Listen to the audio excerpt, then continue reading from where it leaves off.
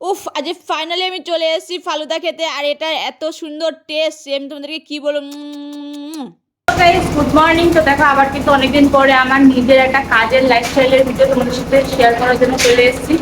আর সকাল কিন্তু এখনো হয়নি, অনেকক্ষণ আগে হয়েছে। তার আগে বাসন সব সারা হয়ে গেছে, মানে বাসন মাজা যাচ্ছিল, সব হয়ে গেছে।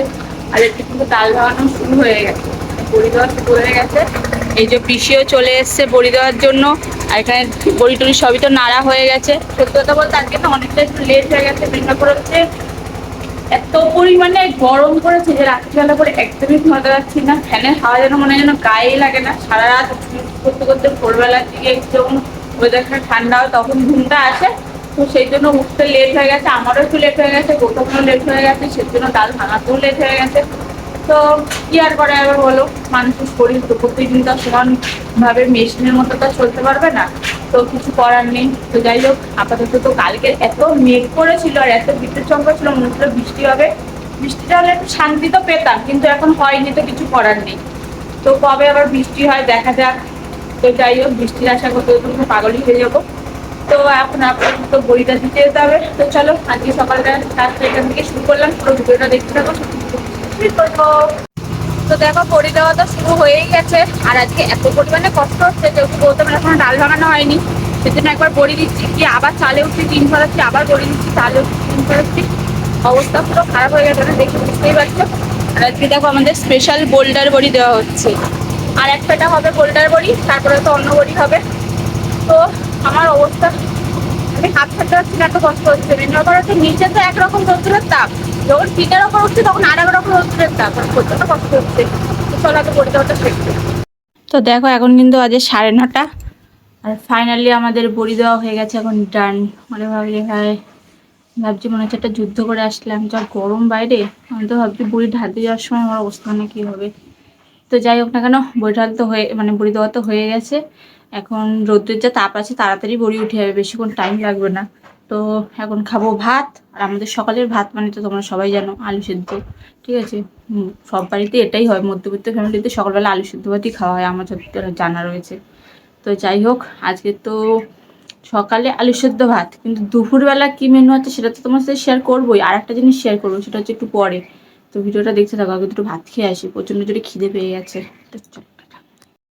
তো দেখো ফাইনালি কিন্তু উঠে পড়েছি এখন চালে, কারণ বড়ি উঠে গেছে। যেটা বললাম যে রোদের তাপ তো মোটামুটি ছিল, কিন্তু এখন কেমন জানি একটা নেভা নেভা হয়ে গেছে।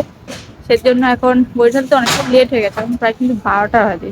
তো যাই হোক, দেখো এই পাশে কটায় মানে কুচো করা ঢালবো, তারপর বোলটা, আর ওই পাশে এগুলো ঢালা হয়ে গেছে।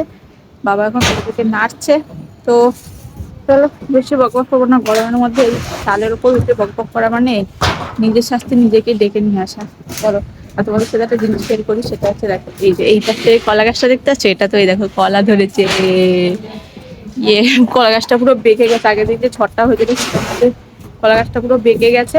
কিন্তু সেটা কোনো বড় কথা না, কথাটা হচ্ছে যে কলা ধরেছে, সেটা গাছটা এখনো সুস্থ সবল রয়েছে, এটাই হচ্ছে বড় কথা। তো চলো তারপরে রোদে ঢেলে নিই, তারপরে আবার দেখা। তো দেখো স্নান করে এখন কিন্তু বসে পড়েছি খেতে। আর এখন তোমাদের সাথে দুপুরের মেনুটা শেয়ার করি। আজকে হয়েছিল ভাত, তার সাথে মাছের তেল দিয়ে উচ্ছে ভাজা, আর এটা ছিল মাছের ঝোল। এটা কী মাছ তোমরা যদি দেখে বুঝতে পারো তাহলে অবশ্যই কমেন্ট করে বলো। তো চলো তাড়াতাড়ি করে খাওয়া দাওয়া করে নেওয়া যাক। তো দেখো স্নান করে খাওয়া দাওয়া করার পরে তো একটা লম্বা ঘুম দিয়েছিলাম। আর এখন ঘুম থেকে কিন্তু উঠে নিয়ে চলে এসেছি আম। কারণ এখন না 3 বেলা খাওয়ার পরে একটা করে আম না খেলে যেন ভালোই লাগে না, কারণ আমের সিজন তো কিছু মাসই চলবে। তারপরে তো আবার অন্য ফলের সিজন চলে আসবে, আম তো আর পাওয়া যাবে না। তাই এখন প্রত্যেকদিন একটা করে আম খাই। তো যাই হোক না কেন, আর এখন আম খেতে খেতে ভাবছি যে তোমাদের দাদাভাইয়ের সাথে বিকেলবেলা একটু বেরাবো, বিকেলবেলা না মানে সন্ধ্যাবেলার দিকে একটু বেরাবো। কারণ সত্যি কথা বলতে বিয়ের আগে আমি 2 দণ্ড বাড়িতে থাকতাম না। আমার মা সবসময় বলতো যে তুই একটু বাড়ি থাক, বাড়ি থাক। আর বিয়ের পরে এখন এমন হয়ে গেছে, মনে হচ্ছে না কেউ আমাকে একটা পাখি আমি আর কেউ আমাকে খাঁচার মধ্যে বন্দি করে দিয়েছে। 24 ঘন্টা এই বাড়িটার এই পরিবেশ দেখতে দেখতে আমি সত্যি ক্লান্ত হয়ে যাচ্ছি। সেজন্য তোমার দাদাবাড়িতে অনেক অনেক রিকোয়েস্ট করার পরে আজকে ফাইনালি রাজি করাতে পেরেছি একটু বাইরে যাওয়ার জন্য। কারণ আমার অনেক দিন ধরে না ফালুদা খাওয়ার ইচ্ছা হচ্ছিল। কারণ আগে তো যখন প্র্যাকটিসে যেতাম, মানে আমি ভলিবল খেলতাম, তো প্র্যাকটিসে যখন যেতাম নৈহাটির বড় মার ওখানটাতে একটা দোকান ছিল, আমরা প্রত্যেক দিন ওখানে ফালুদা খেতে যেতাম। আর এখন অনেক দিন হয়ে গেছে খাওয়া হয় না। খুব খেতে ইচ্ছা করে মাঝে মধ্যে, তোমার দাদাভাইকে নিয়ে আসার কথা বললে নিয়েও আসে না। তারপরে যাওয়ার কথা বললে সেও যায় না।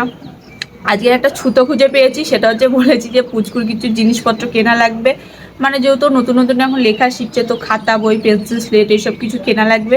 তো ও বলেছিল নিজেই নিয়ে আসবে, তাই বললাম যে তুমি যখন যাবেই তাহলে আমাদেরকে নিয়ে যেতে সমস্যা করতে, তো চলো তিনজন মিলে যাবো, একটু খাওয়া দাওয়া করবো, একটু ঘোরাঘুরি করে জিনিসপত্র কিনে নিয়ে চলে আসবো।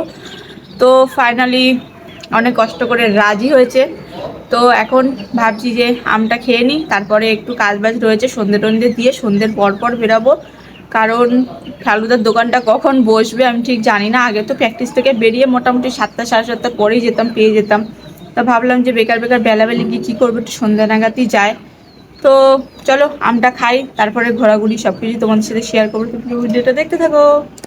তো দেখো ফাইনালি কিন্তু সন্ধ্যের পরে আমরা তিনজন রেডি সেডি হয়ে বেরিয়ে পড়েছি আমাদের ডেস্টিনেশনের উদ্দেশ্যে। কারণ দেখে বুঝতেই পারছো অনেকদিন পরে বেরিয়েছি। আর দেখো আমরা কিন্তু চলে এসেছি আমাদের ডেস্টিনেশন ফালুদার দোকানে।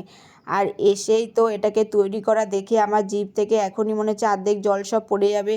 আর লোকগুলো আমার দিকে এমনভাবে তাকিয়েছিল, মনে হচ্ছিলো আমি যেন কোনোদিন এটা খাইনি। আর আমার মুখের হাসিটা দেখে তো সে বুঝতেই পারছো যে আমি কতটা খুশি হয়েছি।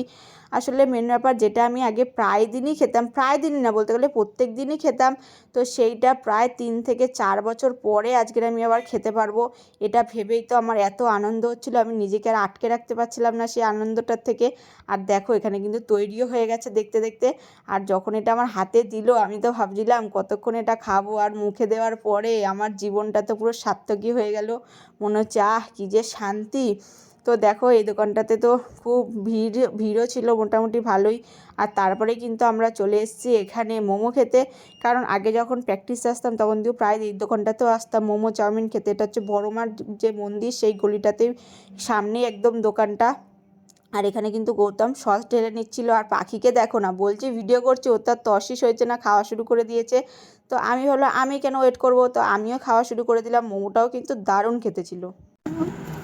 হ্যাঁ পাখি আস্তে আস্তে বেরিয়ে যাচ্ছে, তুমি কালার করছো? দেখি এই বইটা তুমি নতুন কিনে নিয়ে এসছো। হ্যাঁ এটা তোমার বাবা কিনে নিত। দেখো পাখির আজকে কিন্তু এই বইটা কেনা হয়েছে, একটা ফ্লাওয়ারের বুক কেনা হয়েছে, কালার পেন্সিল কেনা হয়েছে, এই একটা নোটবুক কেনা হয়েছে। হ্যাঁ তুমি আরো কালার করবা? আর ওই পাশে রয়েছে, ওই পাশে এই যে।